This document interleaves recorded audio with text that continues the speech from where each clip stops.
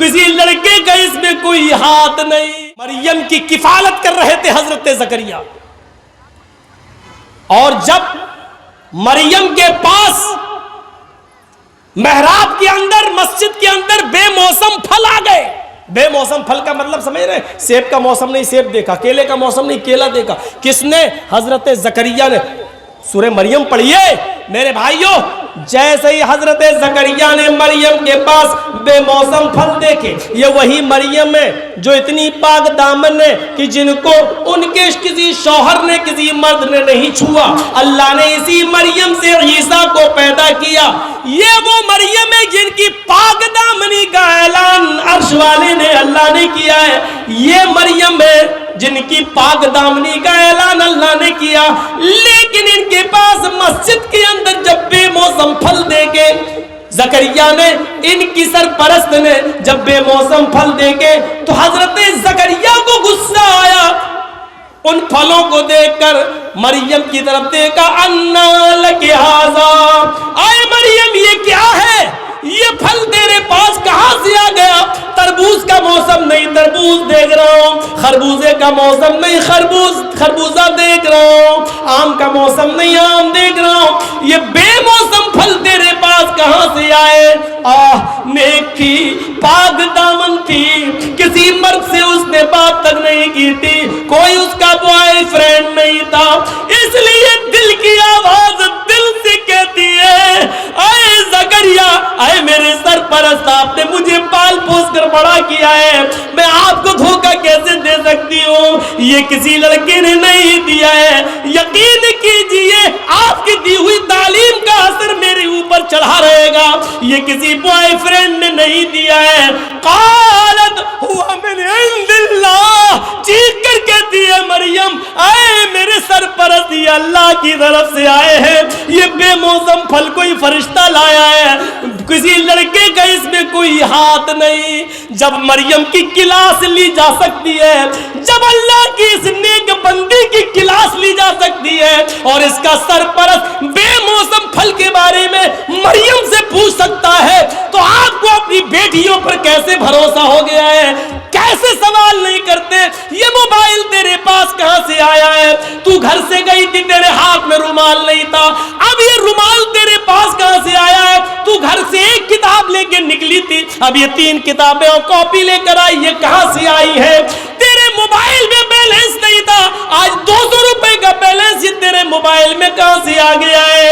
تیرے موبائل میں تیرے ڈیڈی تیرے ابو کے علاوہ کسی کا نمبر نہیں تھا, یہ 4-5 جگہوں کی مس بیلیں پڑی ہیں, یہ نمبر کس کے ہیں؟ تمہیں شرم نہیں آ سکتی؟ تم اپنی بیٹیوں سے یہ سوال نہیں کر سکتے ہو؟ جب مریم سے سوال کیا جا سکتا ہے, وہ مریم جن کو اللہ تعالیٰ نے پاک دامن کہا ہے, جس کی پاک دامنی کا اعلان اللہ نے کیا ہے, جب اس پاک دامن عورت سے سوال کیا جا سکتا ہے, تو ہم اور آپ کون ہیں؟ میرے بھائیوں, اپنی بیٹیوں پر اتنا بھروسہ کیے بیٹھے ہیں. کرنا پڑے گا حساب, لینا پڑے گا ہمیں اپنی بیٹیوں کا حساب. اور نہیں لیتے ہو تو تیار رہو, پلانیں گے ہو چکی ہیں. ہماری بچیاں دوسروں کی بہویں بنیں گی اور غیر مسلم بچے پیدا کریں گی. اب ان کے پیڑ سے پیدا ہونے والے بچوں کے نام لکشمن, رام چندر, ہنومان, یہی سب رکھے جائیں گے. انتظار کرو آپ اس وقت کا. بات تو صحیح ہے مولانا, لیکن اتنی دیر تک کے لیے صحیح ہے, بس اتنی دیر تک کے لیے, جتنی دیر کے لیے ہم یہاں بیٹھے ہوئے ہیں, اتنی دیر کے لیے.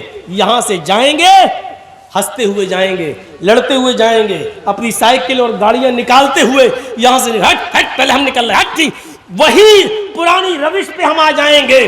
اور زیادہ موقع ملا تو روش بدلیں گے نہیں. سیلفی لینے کی, مولانا صاحب کا فوٹو لے لیں, اپنے ساتھ لے لیں, ہم اپنے دوستوں کو شیئر کریں گے, یہ ثابت کریں گے کہ دیکھو جرجی صاحب سے مل کے آئے.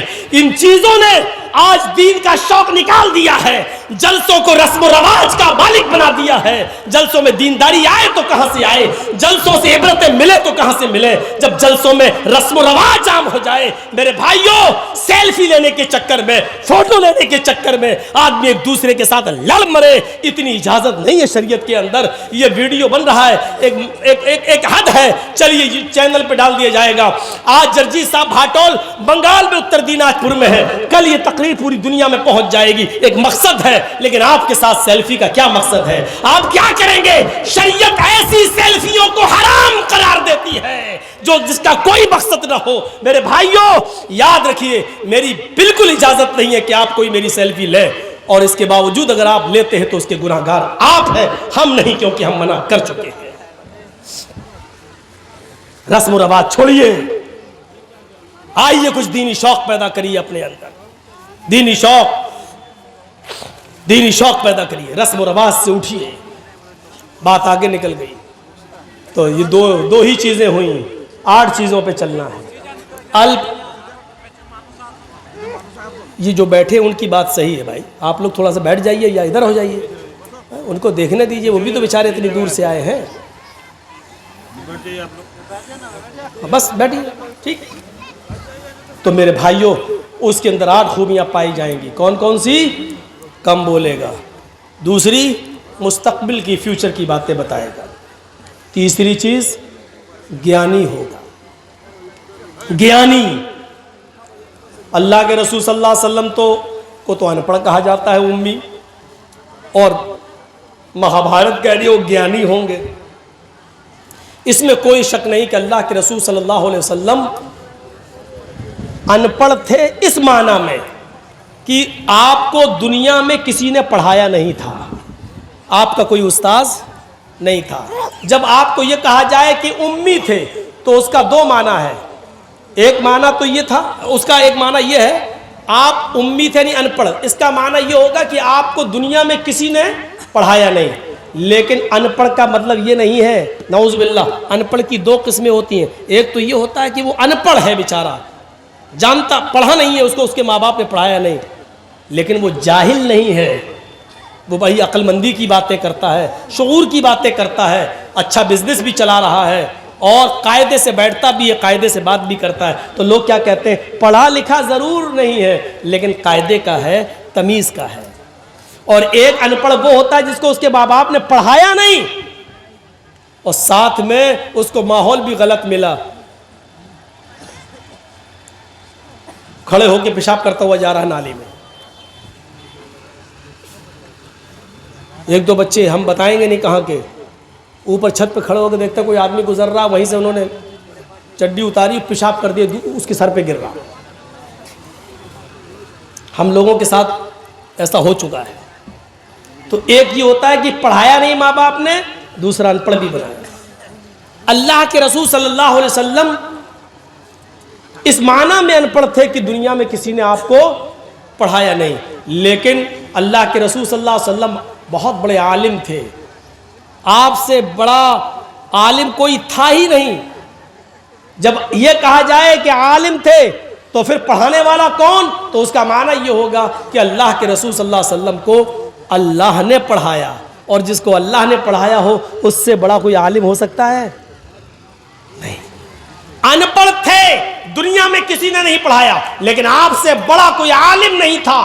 کیوں؟ کیونکہ اللہ نے پڑھایا. اور خود اللہ تعالیٰ نے فرمایا, سورہ اعلیٰ پڑھیے, سورۃ الاعلیٰ پڑھیے, اور دیکھیے کیا کہا, سَنُقْرِئُكَ فَلَا تَنْسَى, سَنُقْرِئُكَ فَلَا تَنْسَى. آئے محمد صلی اللہ علیہ وسلم, ہم آپ کو ایسا پڑھائیں گے کہ آپ بھولیں گے نہیں. کیا کہا اللہ نے؟ ہم آپ کو ایسا پڑھائیں گے کہ آپ بھولیں گے نہیں. تو اللہ نے کیا کہا, ہم پڑھائیں گے. تو کس نے پڑھایا نبی کو؟ اللہ نے. اور انسان کو جب پڑھاتا ہے تو اس کا پڑھایا ہوا سبق انسان کو یاد بھی رہتا ہے اور بھول بھی جاتا ہے. مثلا ہمیں ہمارے استاذ نے 20 سال پہلے کیا پڑھایا, آج آدھا یاد ہے, آدھا یاد نہیں ہے.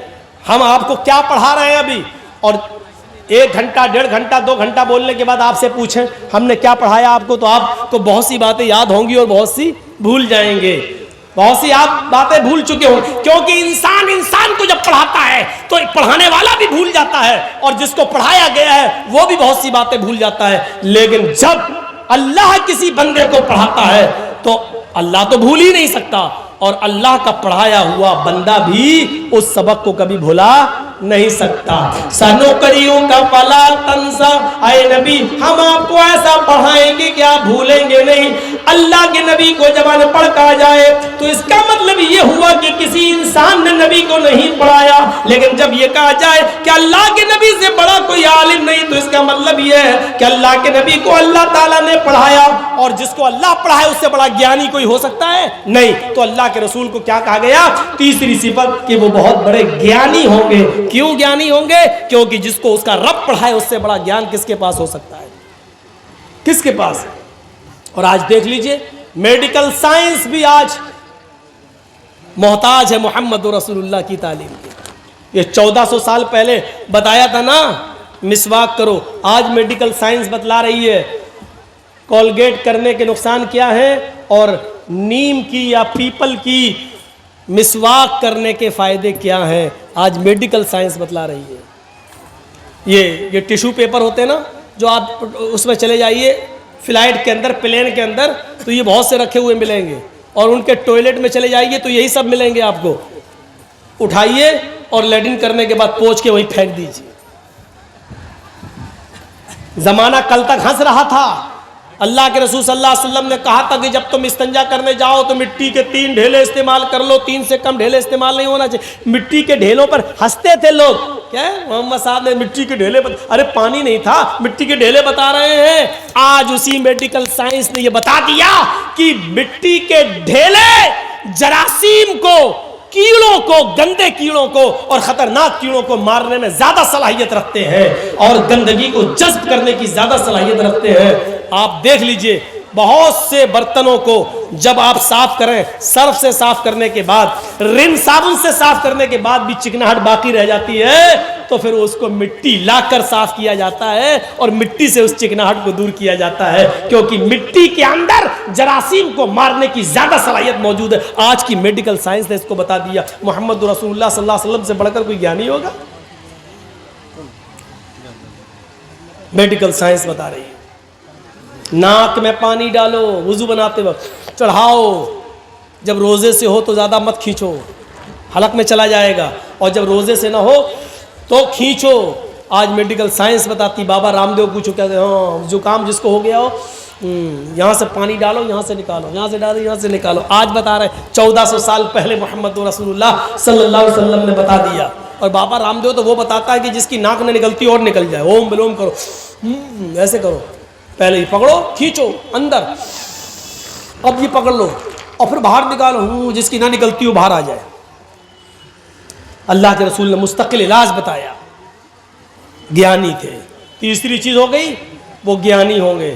اور چوتھی چیز شروطو گیانی ہوں گے. اللہ کے نبی یہ باتیں اپنی طرف سے نہیں کہیں گے. شروطو گیانی، شروطو مانی سننا، گیان مانی علم، سن کر علم.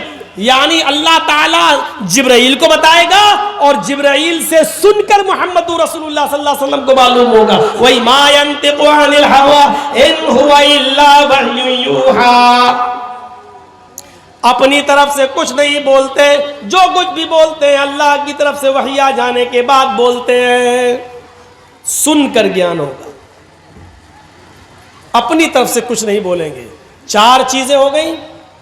اب ان چاروں کو ایک طرف رکھ دو. 5ویں چیز پر آئیے، بڑی زبردست ہے. پراکرمی، وہ بہت بڑے بہادر ہوں گے. بہادر نبی کی بہادر امت آج کہاں ہے؟ آپ نے بھی آندولن کیا تھا نا سی اے اور NRC پر، لیکن دیکھ لو کیا ہوا. ایک ان کو دیکھ لو جو کسان لوگ کر رہے ہیں، دونوں آندولن.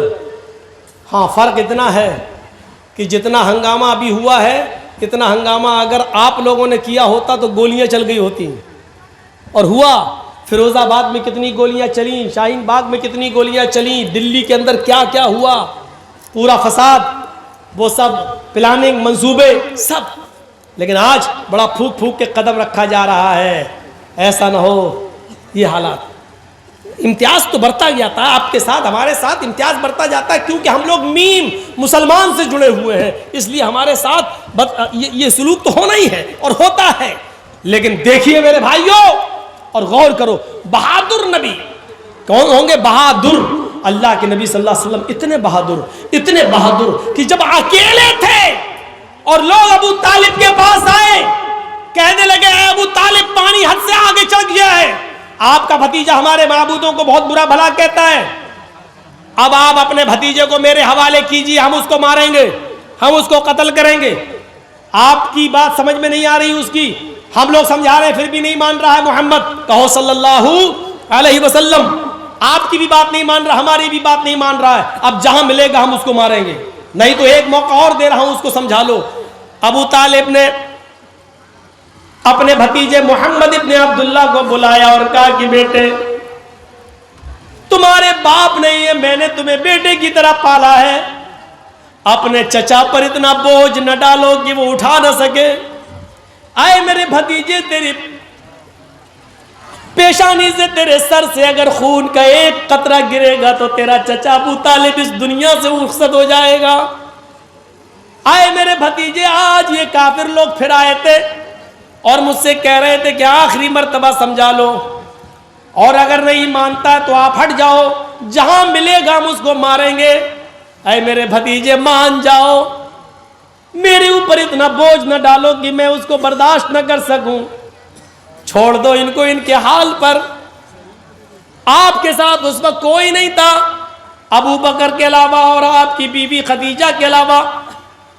ذرا تصور کیجئے کہ اس وقت ابو طالب نے کیا یہ جملہ جب کہا تو اللہ کے نبی کی زبان سے جو جملہ نکلا اس کو سنو، جو آپ کی بہادری پر دلالت کرتا ہے. آئے چچا جان، آج کے بعد میں آپ کے اوپر بوجھ نہیں بنوں گا، آپ اپنے آپ کو مجھ سے الگ کرنا چاہتے ہیں تو کر لیجئے، لیکن آپ یہ چاہتے ہیں کہ میں اس دعوت کو دینا چھوڑ دوں جو اللہ نے میرے اوپر فرض کی ہے، جس کو پہنچانا مجھ پر میری ذمہ داری ہے. رہی ان کی بات، یہ کہتے ہیں کہ جہاں ملے گا تو ماریں گے، تو سنیے میرے چچا جان، اس ذات کی قسم جس کے قبضے میں میری جان ہے، یہ کافرین مکہ 9,30,00,000 میل کی بلندی پر جائیں اور سورج کو توڑ کر لائیں اور میرے دائیں ہاتھ پر لا کر رکھ دیں، اور 1,02,40,000 میل کی اونچائی پر جائیں اور چاند کو توڑ کر لائیں اور میرے بائیں ہاتھ پر لا کر رکھ دیں. قسم اس ذات کی جس کے قبضے میں میری جان ہے، یہ کافروں کے لیے سورج کا اکھاڑ لانا اور چاند کا توڑ لانا آسان ہے، یہ ایسا کر سکتے ہیں، لیکن میرے لیے یہ آسان نہیں ہے کہ میں دین کی دعوت چھوڑ دوں. میں اس کے باوجود دعوت دیتا رہوں گا، آگے آپ کی مرضی، آپ میری مدد کریں یا نہ کریں، اللہ ہمارا حامی و ناصر ہے. یہ کہہ کر اللہ کے نبی صلی اللہ علیہ وسلم رو دیے اور آپ کی آنکھوں میں آنسو آ گئے. جب ابو طالب نے یہ جملے سنے، اپنے بھتیجے کی ہمت سنی اور یہ جملے سنے اور اپنے بھتیجے محمد رسول اللہ کی آنکھوں میں آنسو دیکھے تو فوراً سینے سے لگایا اور فرمایا کہ میرے بیٹے، وہ بیٹا ہی کہتے تھے، اے میرے بیٹے جاؤ، تم اللہ کے دین کی طرف بلاتے ہو، توحید کی دعوت دیتے ہو، دیتے رہو، جب تک تمہارا چچا ابو طالب زندہ ہے دیکھتا ہوں کس کی ماں نے کس کو کتنا دودھ پلایا ہے جو تیری طرف نظر اٹھا کر بھی دیکھ سکے. میں حتی الوسعت استطاعت کے مطابق تیری مدد کرتا رہوں گا. اے میرے بھتیجے جا، میں تیری آنکھ میں آنسو نہیں دیکھ سکتا، اے میرے بیٹے تم جاؤ اور دعوت توحید دو. آپ کے یہ جملے، یہ سورج لے آئیں، چاند توڑ لائیں، دائیں بائیں ہاتھ پر رکھ دیں، پھر بھی میں نہیں مانوں گا. آپ کی بہادری کی طرف اشارہ کرتا ہے. یہ بہادری تھی، پراکرمی، وہ بڑا بہادر ہوگا. ایک مرتبہ اللہ کے نبی بازار کا سفر کر رہے ہیں، راستے میں ایک مقابلہ ہو رہا ہے کشتی کا، دنگل. ہم لوگوں کے یہاں پر بھی ہوتے ہیں نا دنگل، کشتی لڑی جاتی ہے، دنگل ہو رہا ہے. دنگل کا بڑا شوق تھا اس زمانے میں، دیکھنے لگے دنگل. اس میں ایک پہلوان تھا جس کا نام تھا رکانہ، اس کو کوئی نہیں ہرا پاتا تھا. جیسے آج کل بھی بہت بڑے بڑے وہ پیدا ہو گئے نا، وہ خلی ولی کا تو ہم نہیں جانتے، ان سے بھی بڑے بڑے پڑے ہوئے ہیں، گھوسے اوسے مکے اکے مارتے. تو اس زمانے میں ایک بہت بڑا پہلوان تھا جس کا نام تھا رکانہ، وہ ہارتا ہی نہیں تھا کبھی. تو اس کا مقابلہ چل رہا تھا اور وہ سب کو اٹھا اٹھا کے پٹکتا جا رہا تھا. اللہ کے نبی ایسی دیکھنے کے لیے کھڑے ہو گئے.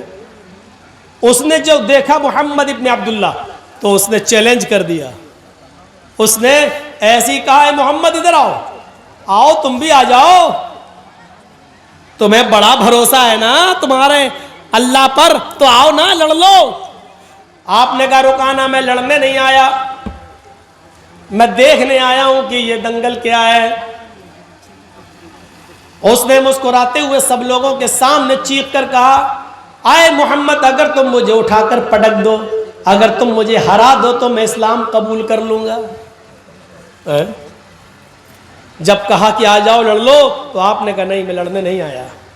جب یہ کہا کہ اگر تم مجھے شکست دے دو گے, مجھے ہرا دو گے تو میں اسلام قبول کر لوں گا, تو آپ چلے گئے. اسلام کا معاملہ آیا تو آپ چلے گئے. چلو تیرے جیسے پہلوان کی ضرورت بھی ہے دین کو, آپ آگے بڑھ گئے.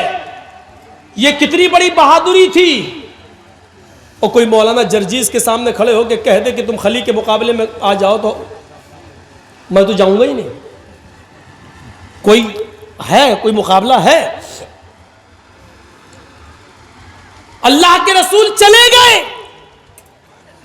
ہاتھ ملایا, شروع ہو گیا معاملہ.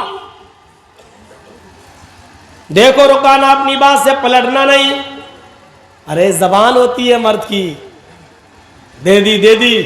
وہ سوچ رہا تھا کہ یہ تو تبلا پتلا آدمی, ایک جھٹکے میں گرا دوں گا. اس کو کیا معلوم کہ جہاں یہ جاتا ہے رب کی رحمت بھی اس کے ساتھ جاتی ہے, رب کی مدد بھی اس کے ساتھ جاتی ہے. آپ نے ہاتھ ملایا اور کشتی شروع. آپ نے دعا پڑھی, بسم اللہ توکلت علی اللہ ربی و ربک اللہ. زاد المعاد میں پڑھی, علامہ ابن قیم نے یہی نقل کیا. یہ دعا ہے. شروع کرتا ہوں اللہ کے نام سے اور اسی پر مجھے بھروسہ ہے. ربی و ربک اللہ, جو میرا اور تیرا دونوں کا رب ہے. یہ کہہ کر آپ نے کشتی شروع کر دی اور آنن فانن میں یک بیگ آپ نے اس کو ایسا پچھاڑا کہ وہ چاروں خانے چت پڑا ہے. دنگ رہ گئے لوگ. ہیں پتلا دبلا انسان, اتنے بڑے پہلوان کو. رکانا اڑتا اور کہتا ہے میرے ساتھ چیٹنگ ہو گئی ہے. محمد نے ایسے موقع پر مجھے داؤں مارا جب میرا پیر پھسل گیا تھا. میں محمد کے داؤں سے نہیں گرا, اپنے پیر پھسلنے سے میں گر گیا. جو ریفری